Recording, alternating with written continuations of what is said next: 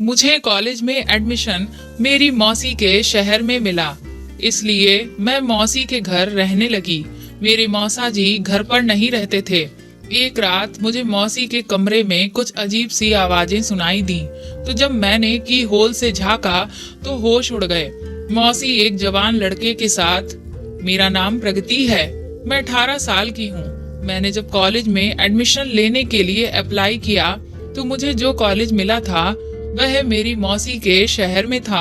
इसलिए मेरे घर वालों ने मौसा जी से बात करके ये तय कर दिया कि मैं कॉलेज के हॉस्टल में नहीं रहूंगी, बल्कि अपनी मौसी के घर पर ही रहकर पढ़ाई करूंगी और वहीं से डेली कॉलेज जाया करूंगी।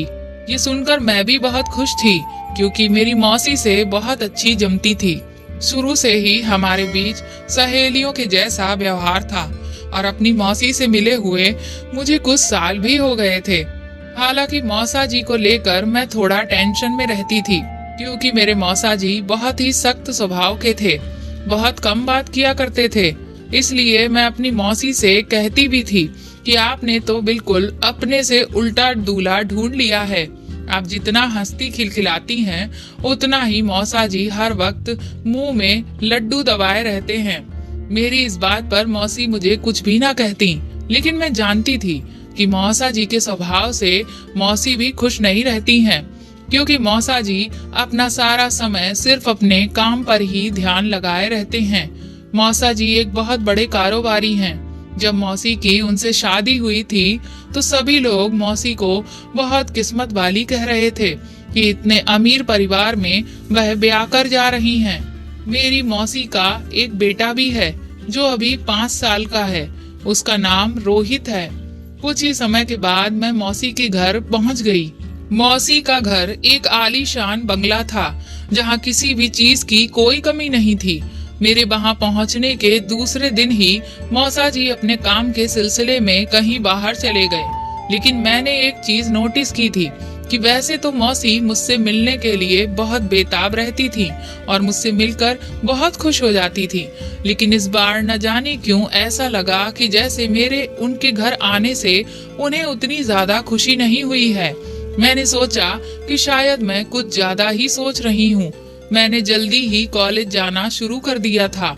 एक दिन मौसी रात को मेरे पास रोहित को लेकर आई और बोली कि क्या तुम आज इसे अपने कमरे में सुला लोगी? मैंने कहा हाँ मौसी, मुझे कोई दिक्कत नहीं है। मौसी कहने लगी कि वह दरअसल आज मैं अपने कमरे की अलमारी ठीक करूंगी, और तुम्हें तो पता है कि मुझे कोई भी काम करते हुए गाने सुनने की आदत है, और अगर मैं गाने चलाऊंगी तो रोहित जाग जाएगा। बस इसीलिए आज इसे अपने कमरे में सुला लो। मैंने कहा कि आप परेशान मत होइए, मैं अच्छे से रोहित का ख्याल रखूंगी। उसके बाद मैं लेटकर सो गई, लेकिन आधी रात को मुझे प्यास लगी। जब मैंने उठकर जग का पानी गिलास में उड़ेला तो देखा कि जग में तो पानी ही नहीं था। इसलिए मैं किचन की तरफ पानी लेने जाने लगी। तभी मुझे मौसी के कमरे से कुछ अजीब तरह की आवाजें सुनाई दी। मैं सोचने लगी कि मौसी इतनी रात को क्यों जाग रही हैं। मैं इस बात को नजरअंदाज करके किचन में चली गई, लेकिन जब मैं लौट कर आई तब मुझे फिर से कुछ बहुत ही अजीब सी आवाजें आईं। मुझसे रहा नहीं गया। मैंने सोचा एक तो मौसा जी भी नहीं है, कहीं ऐसा ना हो कि मौसी किसी परेशानी में हो। इसलिए सोचा एक बार उनसे पूछ लेती हूँ कि वह इतनी रात को क्यों जाग रही हैं। इसलिए मैं उनके दरवाजे के पास गई, लेकिन दरवाजा अंदर से बंद था, पर आवाजें अभी भी आ रही थीं। इसलिए मैं की होल से अंदर देखने लगी कि आखिर कमरे के अंदर हो क्या रहा है। लेकिन अंदर का नजारा देखकर तो मेरे होश ही उड़ गए। मुझे सब कुछ पूरी तरह से साफ तो नहीं दिख रहा था, लेकिन जो मैंने देखा उससे मेरे पसीने छूट गए। अंदर मुझे मौसी की खुली और फैली हुई टांगे दिख रही थीं, और कोई आदमी था जो उनके साथ उस तरह की अवस्था में था। ये सब देखते ही मैं तुरंत ही झटके से वहां से हट गई और घबराकर अपने कमरे में चली आई। मैं सोचने लगी कि मैंने बेकार ही मौसी के कमरे में झांक कर देखा। मुझे ऐसा नहीं करना चाहिए था, लेकिन मुझे क्या पता था कि मौसा जी वापस आ गए हैं। मुझे अंदर ही अंदर बहुत शर्मिंदगी महसूस हो रही थी, लेकिन फिर मैंने सोचा कि मैं इस बारे में कभी किसी को नहीं बताऊंगी। कि मैंने ऐसा भी कुछ देखा था, क्योंकि किसी के भी निजी पलों को देखना बहुत ही गलत बात है। अगली सुबह मैं कॉलेज जाने के लिए तैयार होकर डाइनिंग टेबल पर नाश्ता करने पहुंची तो मौसी पहले से ही वहां बैठी हुई थी। थोड़ी देर नाश्ता करने के बाद मैंने मौसी से कहा कि क्या मौसा जी अभी भी सो रहे हैं? तो मौसी ने मेरी तरफ हैरान होकर देखा और बोली कि तुम्हारे मौसा जी तो अभी अपने काम से लौटकर आए ही नहीं हैं। मौसी की ये बात सुनकर मैं दंग रह गई। उसके बाद मेरी बोलती ही बंद हो गई। लेकिन मौसी ने कहा कि तुम्हें ऐसा क्यों लगा कि तुम्हारे मौसा जी वापस आ गए हैं? अब मैं उन्हें क्या जवाब देती कि मैंने कल रात क्या देखा था, जिसकी वजह से मेरे दिमाग में ये ख्याल आया। मैंने तुरंत ही बहाना बना दिया कि मैं तो बस ऐसे ही पूछ रही थी। मेरे मन में ख्याल आया कि शायद अब तक तो मौसा जी लौट आए होंगे, बस इसीलिए मुझे ऐसा लगा। उस वक्त मौसी ने मेरी बात मान ली और मैंने भी चैन की सांस ली। लेकिन अब तो मेरे दिमाग में हजारों सवाल चलने लगे थे कि अगर मौसा जी अभी तक लौट कर नहीं आए हैं तो फिर मौसी के साथ उनके कमरे में आखिर वह आदमी कौन था, और वह दोनों उस तरह की चीज आखिर कैसे कर सकते हैं। मैं सोचने लगी कि क्या मौसी मौसा जी को धोखा दे रही हैं। फिर मैंने सोचा कि नहीं नहीं, मेरी मौसी ऐसा नहीं कर सकती हैं। लेकिन मैंने जो भी अपनी आंखों से देखा उसे भी मैं झुठला नहीं सकती थी। फिर आखिर वह सब क्या था? अब तो मैं बहुत ज्यादा घबरा रही थी कि आखिर ये सब हो क्या रहा है। धीरे धीरे इसी तरह से दिन बीतने लगे और मैं ना चाहकर भी मौसी की हर एक हरकत पर बहुत ज्यादा ध्यान देने लगी थी। मैंने देखा था कि मौसी ज्यादातर अपने फोन में ही लगी रहती थी और मौसा जी घर पर नहीं थे। लेकिन उसके बावजूद भी वो हर रोज खूब सस्ती संवरती थी। एक बार जब मैं अचानक से मौसी के कमरे में पहुंच गई तो वह किसी से वीडियो कॉल पर बात कर रही थी। लेकिन मेरे कमरे में पहुंचते ही वह बुरी तरह से घबरा गई और मुझे ऐसे दिखाने लगी कि जैसे वह वीडियो कॉल पर बात नहीं कर रही थी बल्कि फोन पर कुछ काम कर रही थी। मुझे ये सब बहुत अजीब लगा, क्योंकि वीडियो कॉल पर बात करना कोई गुनाह नहीं है। लेकिन फिर मौसी मुझसे ये सब छुपा क्यों रही हैं? आखिर वह किससे बात कर रही हैं? समय बीत रहा था लेकिन मेरे किसी भी सवाल का जवाब मुझे नहीं मिल रहा था। मौसा जी तो कई कई महीनों तक घर से बाहर ही बने रहते थे।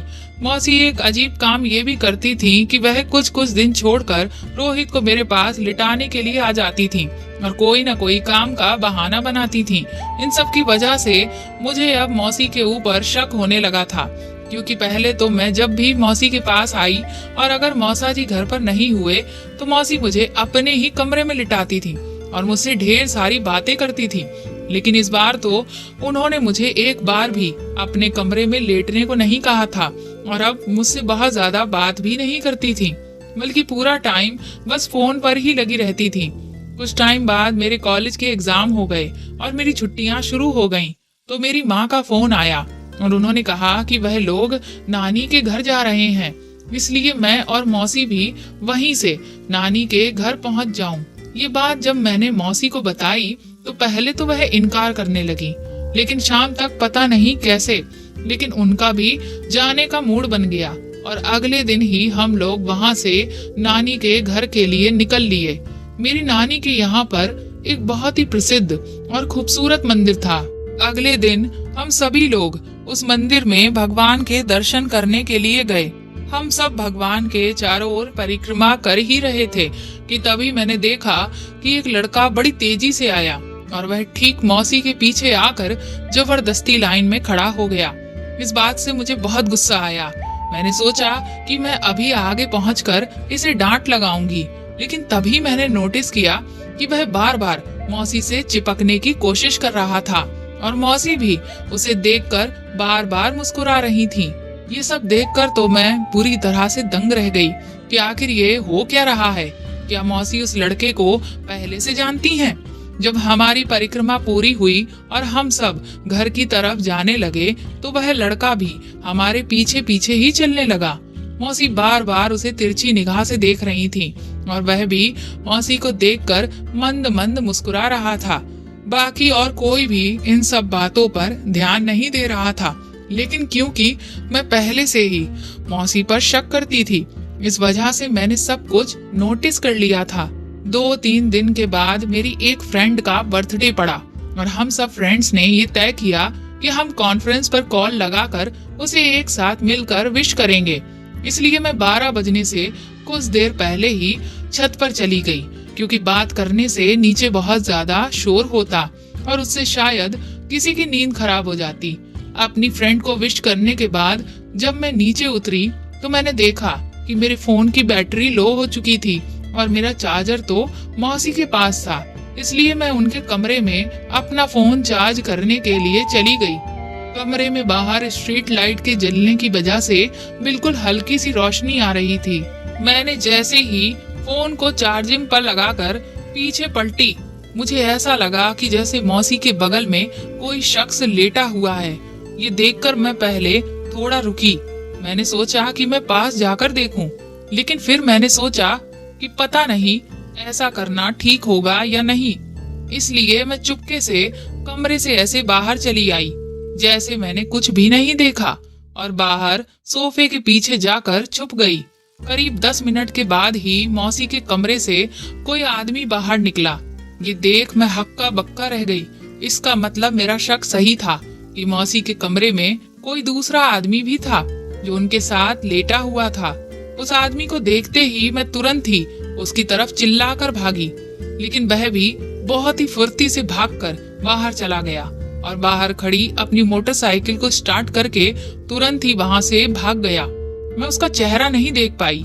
जब मैं पीछे पलटी तो मौसी भी घबराई हुई मेरे पीछे खड़ी हुई थी। मैंने मौसी से पूछा कि वह कौन था, तो वह अनजान बनते हुए हकलाते हुए मुझसे बोली कि कौन, तुम किसकी बात कर रही हो?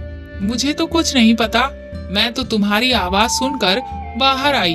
मैंने कहा कि अभी अभी आपके कमरे से एक आदमी बाहर निकलकर मोटरसाइकिल पर बैठकर गया। तो मौसी ने कहा कि मेरे कमरे में तो कोई नहीं था, सिर्फ मैं और रोहित ही थे।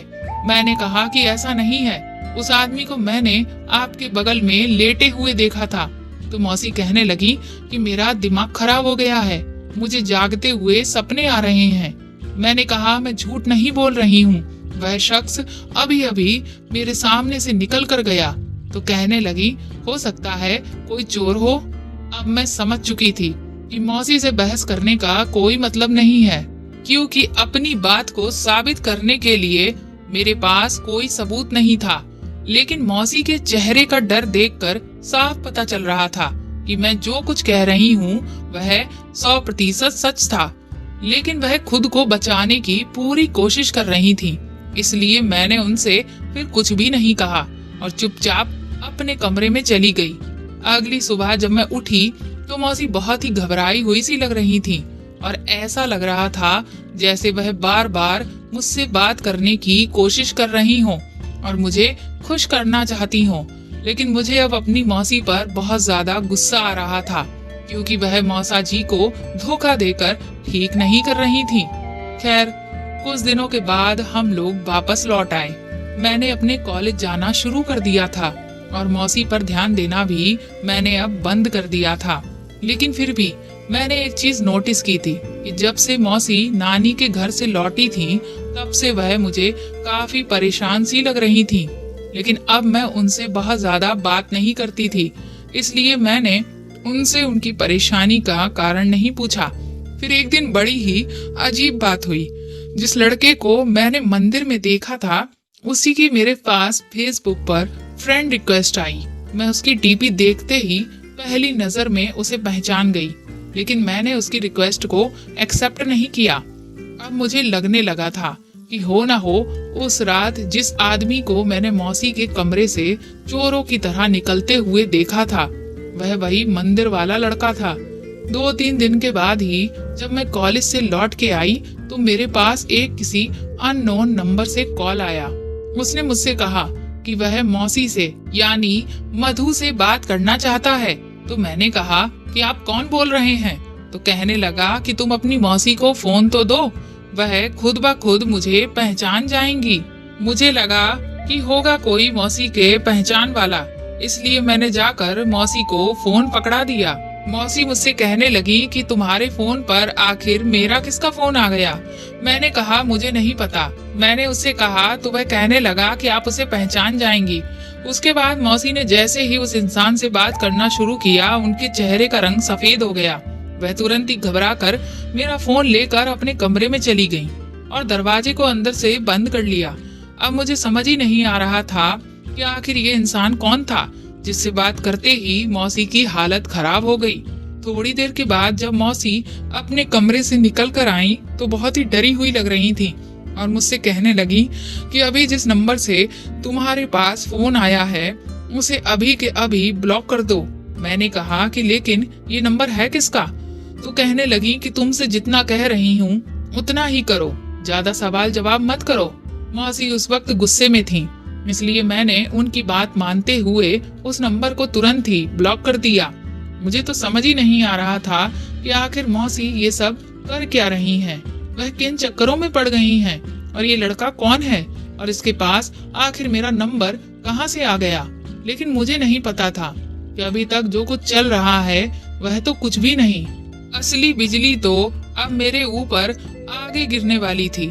दरअसल उस दिन मेरा रिजल्ट आने वाला था और मुझे पूरा भरोसा था कि मैं बहुत अच्छे नंबरों से पास हो जाऊंगी। इसलिए मैंने किसी को भी अपने रिजल्ट के आने के बारे में नहीं बताया था ताकि मैं सबको सरप्राइज कर सकूं। जब मैं कॉलेज पहुंची तो मुझे पता चला कि मैं फर्स्ट डिवीजन से पास हुई हूं। इसलिए मैं खुशी के मारे मिठाई लेकर उस दिन कॉलेज से जल्दी घर आ गई और भागती हुई सीधा मौसी के कमरे में जा पहुंची। लेकिन अंदर जो नजारा मैंने देखा उसने तो मेरे पैरों के नीचे की जमीन ही निकाल दी। मैंने देखा कि मौसी बेड पर बैठी हुई थी और उनके हाथों में ढेर सारी गोलियां थीं, जिन्हें उन्होंने एक साथ अपने मुंह में डाल लिया और पानी का घूंट भरकर उन्हें खाने ही वाली थीं कि मैं तुरंत ही आगे बढ़ी और मैंने उन्हें कस के धक्का दिया और उनका मुंह पकड़कर उनके मुंह से सारी गोलियों को जबरदस्ती निकलवाया। इस सब ने तो मेरी जान निकाल कर ही रख दी थी। जब सारी गोलियां मौसी के मुंह से निकल चुकी थीं, तब जाकर मैंने चैन की सांस ली। मौसी बुरी तरह से फूट फूट कर रो रही थीं। मैंने उनसे कहा कि आपका क्या दिमाग खराब हो गया है? आप ये क्या करने जा रही हैं? आपने एक बार भी अपने पति और अपने छोटे से बेटे के बारे में नहीं सोचा? आपके बाद उनका क्या होता? और फिर आखिर ऐसा क्या हो गया जो आप ऐसा घटिया कदम उठाने जा रही थी? अगर मैं सही वक्त पर ना आती तो न जाने क्या से क्या हो जाता। मेरी बात सुनकर मौसी और तेज तेज रोने लगी और उन्होंने मुझे गले से लगा लिया और कहने लगी, नंदिनी मुझे माफ कर दो, लेकिन मैं क्या करूं? मैं मजबूर हूं। मैं एक ऐसे चक्रव्यूह में फंस चुकी हूं जिससे निकल पाना अब मेरे बस में नहीं है। मेरे पास अब इसके सिवाय कोई रास्ता नहीं बचा था। मैंने मौसी से कहा कि आखिर बात क्या है जो आप ये सब करने को मजबूर हो गई हो। तो मौसी कहने लगी कि तुम्हें नहीं पता, मैंने एक बहुत ही बड़ा पाप किया है और उस पाप की ही आज मुझे ये सजा मिल रही है। मेरे कदम गलत दिशा में चले गए और उसका ही नतीजा आज मैं भुगत रही हूँ कि मैं कहीं की भी नहीं रही हूँ। मैंने कहा, आप मुझे साफ साफ क्यों नहीं बताती? पहेलियाँ क्यों बुझा रही हैं? तो मौसी कहने लगी कि मैं तुझे ये सब नहीं बता सकती क्योंकि मैं वैसे ही अपने किए पर बहुत ज्यादा शर्मिंदा हूँ। तुझे बताकर और ज्यादा शर्मिंदा नहीं हो सकती। तूने मुझे बचाकर ठीक नहीं किया। मैं इस जिंदगी के काबिल नहीं हूँ। मैंने मौसी से कहा कि आप ऐसी फालतू की बातें क्यों कर रही हैं? ऐसा कुछ भी नहीं है। आप बहुत अच्छी हैं और मेरी एक बात याद रखिए, हम सब इंसान ही हैं और हमसे गलतियां हो जाती हैं। अगर आपको किसी का ख्याल नहीं है तो कम से कम रोहित का ख्याल तो करिए। आप उसकी माँ हैं। वह बेचारा तो अभी कितना छोटा है। क्या आप उससे प्यार नहीं करती? ये सुनकर मौसी और भी ज्यादा रोने लगी। फिर बोली, नंदिनी लेकिन अब मैं जिस परेशानी में फंस चुकी हूँ उससे मैं अब निकल नहीं सकती। मैंने कहा कि दुनिया की ऐसी कोई भी मुश्किल नहीं है जिसका कोई हल ना हो। आप एक बार मुझे अपनी परेशानी बताकर तो देखिए। मौसी ने कहा, ठीक है, मैं तुम्हें सब बताऊंगी, लेकिन वादा करो तुम्हारे मौसा को इस सब के बारे में किसी भी हाल में पता नहीं चलना चाहिए। मैंने कहा, आप बेफिक्र रहिए, मैं किसी से कुछ नहीं कहूंगी। उसके बाद मौसी ने मुझे जो कुछ बताया उसे सुनकर तो मेरे ऊपर ऐसा लग रहा था जैसे एक के बाद एक बिजली ही गिरती चली जा रही थी। मौसी बोली कि तुझे तो ये अच्छे से पता है कि तेरे मौसा जी बहुत ही सख्त मिजाज के हैं और उन्हें अपने काम के आगे कुछ भी दिखाई नहीं देता। मैंने हमेशा से एक ऐसा पति चाहा था जो मुझे खूब प्यार करे। मैं उसके लिए तैयार हूँ तो वह मेरी तारीफ करे, लेकिन तेरे मौसा जी ने शादी के बाद कभी भी मुझ पर ध्यान ही नहीं दिया। मैं चाहे कितना भी अच्छा श्रृंगार कर लूं, चाहे कुछ भी कर लूं, लेकिन उन्होंने कभी भी नजर भर कर मुझे नहीं देखा। मैं हमेशा उनके प्यार को पाने के लिए तड़पती रही, पर उन्हें कभी भी मेरी कदर नहीं हुई। इस वजह से न जाने कब धीरे धीरे मेरे और उनके बीच दूरियां बढ़ती चली गईं और हम दोनों सिर्फ दुनिया को दिखाने के लिए ही एक पति पत्नी बनकर रह गए। मुझे अपनी जिंदगी में बहुत ज्यादा अकेलापन महसूस होने लगा था। जब भी मैं अपनी सहेलियों के मुंह से उनके पतियों के बारे में सुनती कि इस बार एनिवर्सरी पर या करवा चौथ पर उनके पतियों ने उन्हें इस तरह का गिफ्ट दिया, या जब वह तैयार हुई तो उनके पति उनकी इतनी तारीफें कर रहे थे, या वो अपने पति के साथ यहाँ घूमने गईं, वहाँ घूमने गईं, तो मुझे बहुत ही जलन महसूस होती। मुझे यह कमी हर वक्त अपने जीवन में महसूस होती रहती। ऐसा नहीं है कि मैंने अपनी तरफ से अपने मन की बात तेरे मौसा जी को समझाने की कोशिश नहीं की, लेकिन मुझे उनकी तरफ से हमेशा यही सुनने को मिला कि ये सब चोचलेबाजी मुझे नहीं पसंद।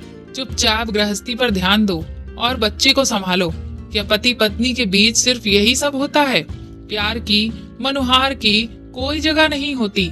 इस सब की वजह से धीरे धीरे मैं बहुत ज्यादा उदास रहने लगी थी कि एक दिन मेरी एक सहेली मुझसे मिलने के लिए घर आई और उसने मुझे फेसबुक के बारे में बताया। उसने कहा कि आजकल तो लोग फेसबुक पर नए नए लोगों से दोस्ती करते हैं और अपना समय बिताते हैं, और ऐसा नहीं है कि तुम सिर्फ नए लोगों से जुड़ सकती हो, बल्कि अपने पहचान के लोगों से भी फेसबुक के जरिए जुड़ी रह सकती हो। फेसबुक पर अपनी तस्वीर साझा कर सकती हो और अगर उनसे बात करना चाहो तो उसकी भी सुविधा फेसबुक पर होती है। उसने तुरंत ही मेरी फेसबुक पर एक आईडी बनाकर तैयार कर दी, लेकिन मुझे उस समय कोई खास रुचि नहीं आ रही थी। शाम को ही मेरे फोन पर फेसबुक के नोटिफिकेशन की रिंगटोन बजी। मैंने जब देखा तो किसी एक लड़के की फ्रेंड रिक्वेस्ट पड़ी हुई थी। मैंने उसे देखकर नजरअंदाज कर दिया।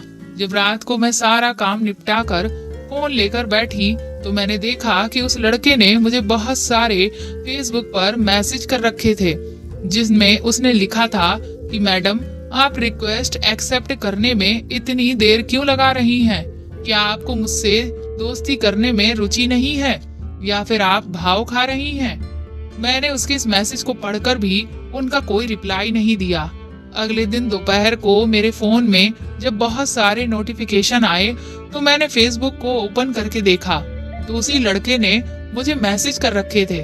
उसने लिखा था कि अच्छी बात है जो आप मेरी रिक्वेस्ट एक्सेप्ट करने में इतना समय लगा रही हैं।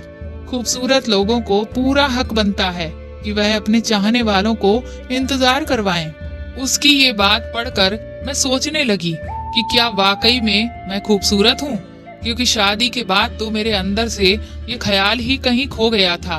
उस दिन भी मैंने उसके एक भी मैसेज का जवाब नहीं दिया, लेकिन वह हर रोज मुझे लगातार मैसेज करता जिसमें वह मुझसे रिक्वेस्ट करता कि मैं उसकी फ्रेंड रिक्वेस्ट एक्सेप्ट कर लूं, क्योंकि मैं उसे बहुत अच्छी लगती हूँ और एक अच्छा दोस्त तो हर कोई अपने जीवन में चाहता है। उसके अलावा ना जाने वह मेरी कितनी तारीफें करता। फिर एक दिन मैंने सोचा कि ये बेचारा हर रोज मुझे मैसेज करता है और मैं हूँ कि इसकी रिक्वेस्ट एक्सेप्ट ही नहीं करती। इसलिए मैंने तरस खाकर उसकी फ्रेंड रिक्वेस्ट एक्सेप्ट कर ली। उसका नाम गौरव था। शुरुआत में तो हमारे बीच सिर्फ नॉर्मल ही बातचीत हुई। वह अक्सर मेरी हर बात में तारीफ करता और मुझसे कहता कि मैं दिखने में बहुत ही सुंदर हूँ। उसकी बातों में न जाने कौन सा जादू था कि उससे बात करके मुझे धीरे धीरे अच्छा लगने लगा, और फिर तो जैसे उसे हर बात बताने की मेरी आदत सी हो गई। उसे न जाने कैसे मेरे मूड का पता चल जाता था कि कब मैं उदास हूँ या कब मैं परेशान हूँ।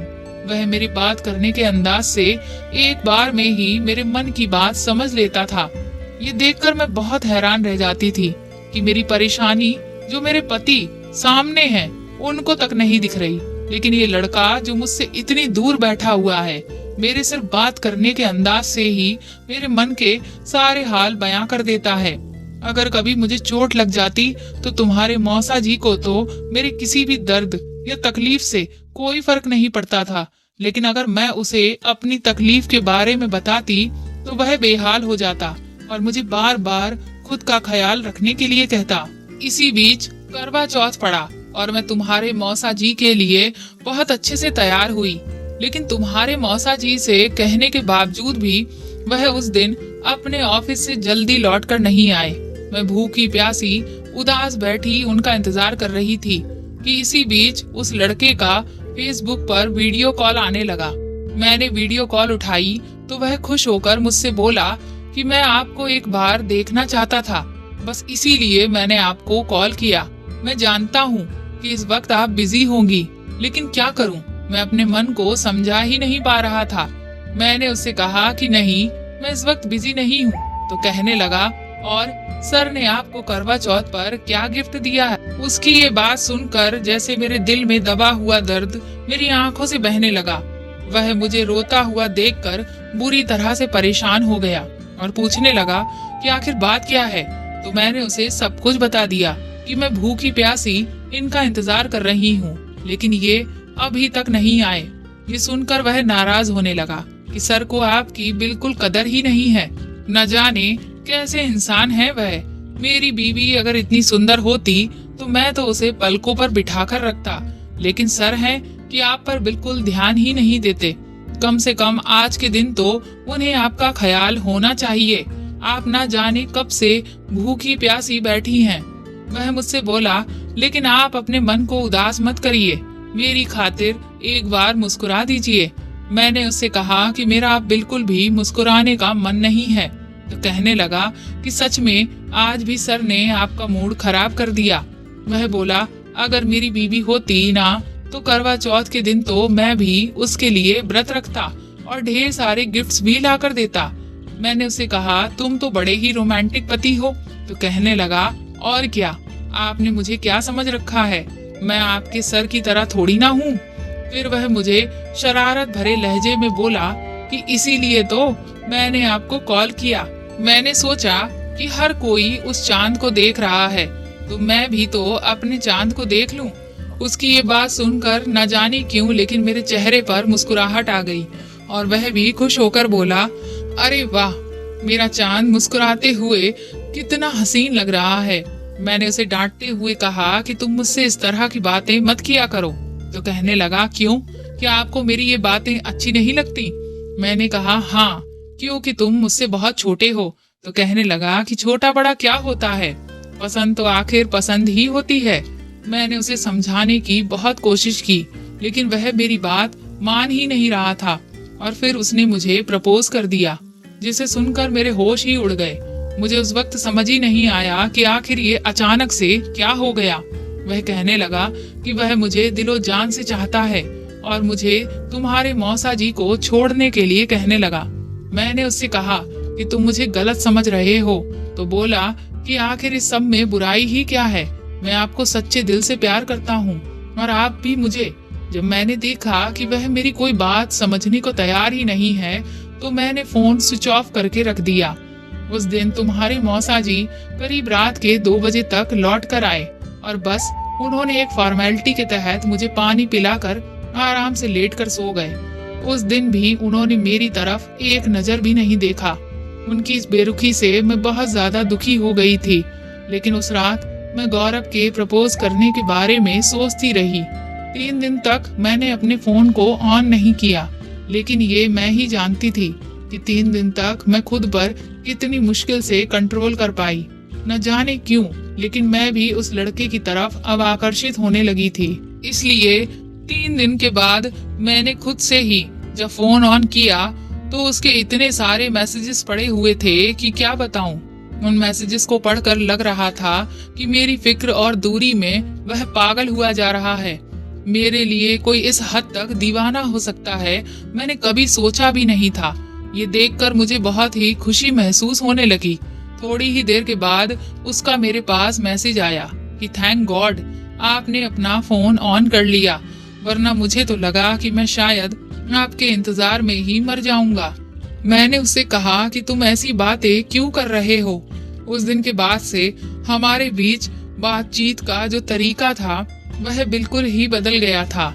मुझे वह अब पसंद आने लगा था और मुझे भी ये लगने लगा कि तुम्हारे मौसा जी के साथ रहकर मैं कभी खुश नहीं रह पाऊंगी। इसलिए मैं भी उसकी तरफ खिंचती चली गई।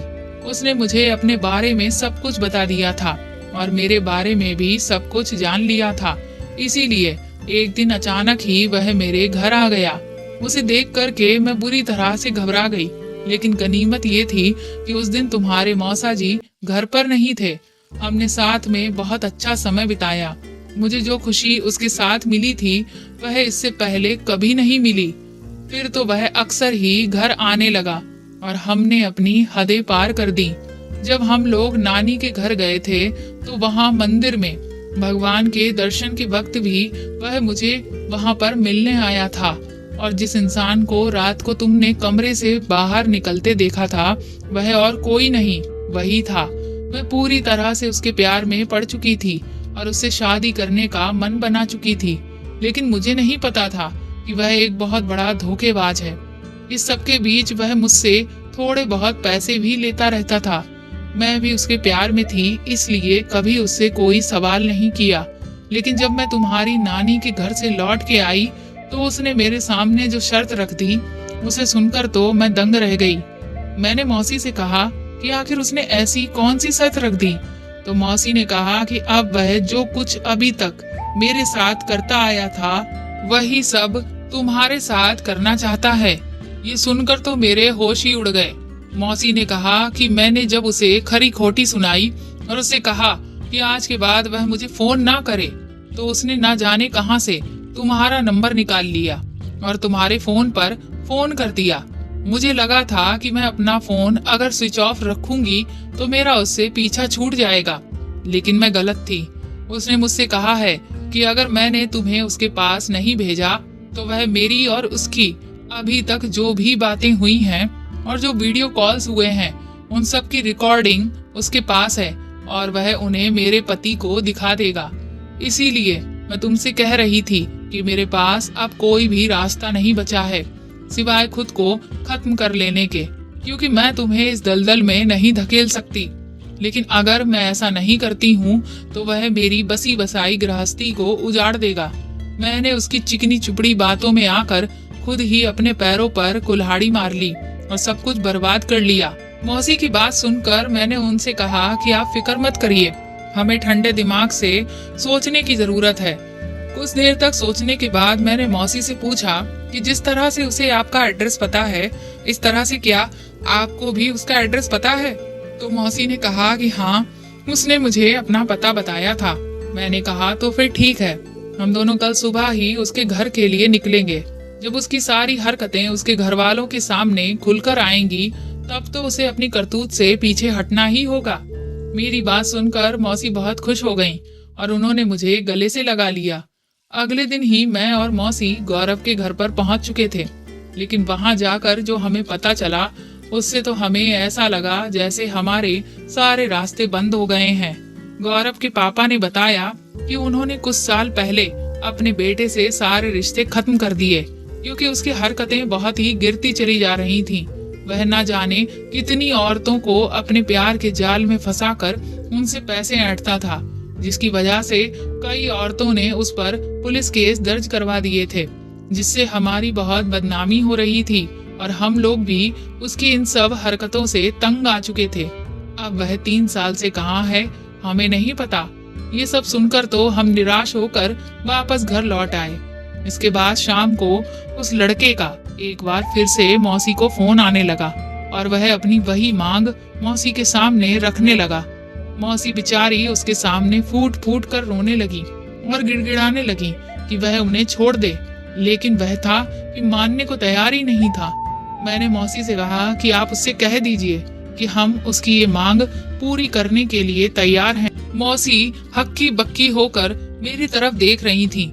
उन्होंने कहा कि क्या तुम पागल हो गई हो? मैंने मौसी के हाथ से फोन छीन लिया और मैंने कहा कि तुम जगह बताओ कि मुझे कहाँ आना है, मैं वहीं पहुंच जाऊंगी। उसने मुझे पहुंचने वाली जगह का नाम और समय बता दिया और खुश होकर फोन को रख दिया। मौसी हैरानगी से मेरा चेहरा देख रही थी। उन्होंने कहा कि क्या तुम पागल हो गई हो? मैं तो अपनी जिंदगी बर्बाद कर ही चुकी हूँ, तुम भी अपनी जिंदगी को बर्बाद करने पर क्यों तुली हुई हो? मैंने कहा कि अब हमारे सामने कोई भी रास्ता नहीं है। अगले दिन मैं तैयार होकर गौरव की बताई हुई जगह पर जाने लगी तो मौसी ने कहा कि मैं तुम्हें नहीं जाने दूंगी। मैंने उनसे कहा कि अब इस सब को खत्म करने का वक्त आ चुका है। मौसी को मेरी कोई बात समझ ही नहीं आ रही थी। ऐसा लग रहा था कि जैसे उनकी दिमागी हालत खराब सी हो गई हो। मैंने उन्हें समझाया तो वह कहने लगी कि ठीक है, लेकिन मैं तुम्हारे साथ ही चलूंगी। उसके बाद मैं और मौसी उसकी बताई हुई जगह पर पहुंच गए। वह जगह कोई बंद फैक्ट्री थी जो किसी वीरान जगह पर बनी हुई थी। जब उस लड़के ने मुझे और मौसी को साथ में देखा तो उसने मौसी से कहा कि अभी उसे सिर्फ मुझसे काम है, इसीलिए मौसी वहां से चली जाए। लेकिन मौसी ने वहां से जाने से साफ इनकार कर दिया। तभी उसने मौसी को धमकाते हुए कहा कि अगर उन्होंने उसकी बात नहीं मानी तो वह अभी के अभी उसके और मौसी के बीच की सारी चीजों के बारे में मौसा जी को बता देगा। ये सुनकर एक बार मौसी फिर से घबरा गई और वहां से जाने लगी। तभी वह मेरे साथ अपने इरादों को पूरा करने के लिए हावी होने लगा। मैंने उसके गाल पर खींचकर एक तमाचा मारा तो वह बुरी तरह से बौखला गया और मेरे साथ जबरदस्ती करने लगा कि तभी वहां पर पीछे से पुलिस आ गई। पुलिस को देखकर वह बुरी तरह से हड़बड़ा गया। मौसी भी हैरानगी से सब कुछ देख रही थी। थोड़ी ही देर में पुलिस गौरव को पकड़कर अपने साथ ले गई। मेरी फ्रेंड रागिनी और रोहन भी पुलिस के साथ आए हुए थे। मौसी को कुछ भी समझ नहीं आ रहा था तो मैंने मौसी को बताया। दरअसल मेरे फ्रेंड रोहन के भैया इस शहर के एसपी हैं। जब मुझे कोई भी रास्ता नजर नहीं आ रहा था तो मैंने रोहन से मदद लेने की सोची, इसीलिए मैंने उसे सब कुछ बता दिया। इसके बाद रोहन ने अपने भाई को इन सारी बातों के बारे में बताया तो उन्होंने कहा कि अगर हम गौरव को रंगे हाथों पकड़ेंगे तो उस पर केस काफी मजबूती से बना सकते हैं, जिससे उसे अच्छी खासी सजा दिलवाई जा सकती है। इससे पहले कि जो भी करतूत उसने की है उसमें वह इसीलिए छूट जाता था क्योंकि उसके खिलाफ कोई ठोस सबूत न मिलने की वजह से उसे कभी भी खास सजा नहीं मिली, जिसकी वजह से उसके इरादे मजबूत होते चले गए। लेकिन इस बार अगर हम उसे रंगे हाथों पकड़ लेंगे तो उसे कड़ी से कड़ी सजा दिलवा सकते हैं, जिससे उसे सबक मिलेगा। बस इसी वजह से मैंने गौरव की सारी शर्तें मंजूर कर ली थी। इसके बाद मैं और मौसी घर लौट आए। शाम को रोहन ने मुझे फोन करके बताया कि गौरव के पास मेरी मौसी के खिलाफ जो भी सबूत थे वह सारे उसके भाई ने मिटा दिए हैं, इसलिए अब उन्हें डरने की कोई जरूरत नहीं है। मैंने ये सारी बातें मौसी को बता दी तो उनके दिल पर रखा हुआ एक बहुत बड़ा बोझ हल्का हो गया। उन्होंने मुझे गले लगाकर कई बार शुक्रिया बोला। उस दिन के बाद से सब कुछ ठीक हो गया, लेकिन मौसी अब बहुत ज्यादा उदास रहने लगी थी क्योंकि वह खुद को अपराध बोध से मुक्त ही नहीं कर पा रही थी। मैंने मौसी से कहा कि इंसान को दूसरे से प्यार की उम्मीद जरूर रखनी चाहिए, लेकिन इसका मतलब ये नहीं है कि अगर हमें वह प्यार ना मिले तो हम खुद से प्यार करना छोड़ दें। हमें अपने आप से प्यार करना कभी नहीं छोड़ना चाहिए। अगर मौसा जी आप पर ध्यान नहीं दे रहे हैं तो क्या हुआ, आप बताइए, क्या आप खुद पर ध्यान दे रही हैं? मेरी बात सुनकर मौसी मेरी तरफ हैरानगी से देखने लगी। मैंने कहा कि आपने अपने आप को सिर्फ घर के कामों में और रोहित को संभालने में ही व्यस्त कर रखा है, जिससे फ्री होने के बाद आपको अकेलापन महसूस होता है। लेकिन आप वह क्यों नहीं करती जो आपको पसंद है? मैंने मौसी से कहा कि शादी से पहले आप कितनी अच्छी अच्छी ड्रेसेस सिलकर मुझे भेजती थी, वह सब देखने में कितनी सुंदर लगती थी। आप दोबारा से सिलाई कढ़ाई का काम शुरू क्यों नहीं करती? मेरी बात सुनकर मौसी को हौसला मिला और उन्होंने थोड़े से पैसे लगाकर एक छोटा सा बुटीक खोल लिया। जिसमें मैंने भी उनकी मदद की। कुछ ही दिनों में उनके हाथों की बनी हुई खूबसूरत पोशाकें शहर के लोगों को बहुत ज्यादा पसंद आने लगी। जब मौसी अपने खुद के पैसे कमाने लगी तो उनके चेहरे पर जो आत्मविश्वास की चमक थी वह देखने के काबिल थी। उसके बाद मैंने मौसी से कहा कि आप अपने इस हुनर को सिर्फ एक शहर तक क्यों रखना चाहती हैं? आप अपने हुनर की वीडियो बनाकर YouTube पर डालिए, फिर देखिए लोग आपके काम को कितना सराहेंगे। सोशल मीडिया के एक नए प्लेटफॉर्म का नाम सुनकर मौसी पूरी तरह से घबरा गई और मुझसे कहने लगी कि अब मुझे सोशल मीडिया से बहुत ज्यादा डर लगने लगा है, क्योंकि उसकी वजह से मैं कितनी बड़ी मुसीबत में फंस चुकी हूँ। इसलिए अब मैं उस सब में दोबारा नहीं पढ़ना चाहती। मैंने कहा कि सोशल मीडिया एक बहुत अच्छे प्लेटफॉर्म्स हैं, लेकिन उसको इस्तेमाल करना हमारे ऊपर है। अगर हम उसे सही तरह से इस्तेमाल करेंगे तो वह हमें हमेशा फायदा ही पहुंचाएगा, नुकसान नहीं। इसलिए आप फिक्र मत करिए। मैंने मौसी के वीडियोस बनाकर YouTube पर डालना शुरू कर दिए और 1 साल के अंदर अंदर ही YouTube पर भी मौसी के वीडियोस बहुत पसंद किए जाने लगे और उनकी बनाई हुई ड्रेसेस की डिमांड्स देश के अलग अलग हिस्सों से भी आने लगी। इसलिए मौसी ने अपनी ड्रेसेस को ऑनलाइन सेलिंग करना भी शुरू कर दिया। धीरे धीरे मौसी की पहचान एक बिजनेस वुमन के तौर पर होने लगी। ये देखकर मौसा जी को भी बहुत खुशी होने लगी और उनका व्यवहार भी मौसी के प्रति बदलने लगा। धीरे धीरे मौसा जी और मौसी के बीच में सब कुछ बहुत अच्छा हो गया। आज मौसी अपने करियर में भी मुकाम पर हैं और अपनी पर्सनल लाइफ में भी बहुत खुश हैं। तो दोस्तों, आपको मेरे द्वारा लिखी हुई ये कहानी कैसी लगी हमें कमेंट करके जरूर बताएं और प्लीज मेरे चैनल को सपोर्ट करें। इस कहानी को ज्यादा से ज्यादा शेयर और लाइक करें।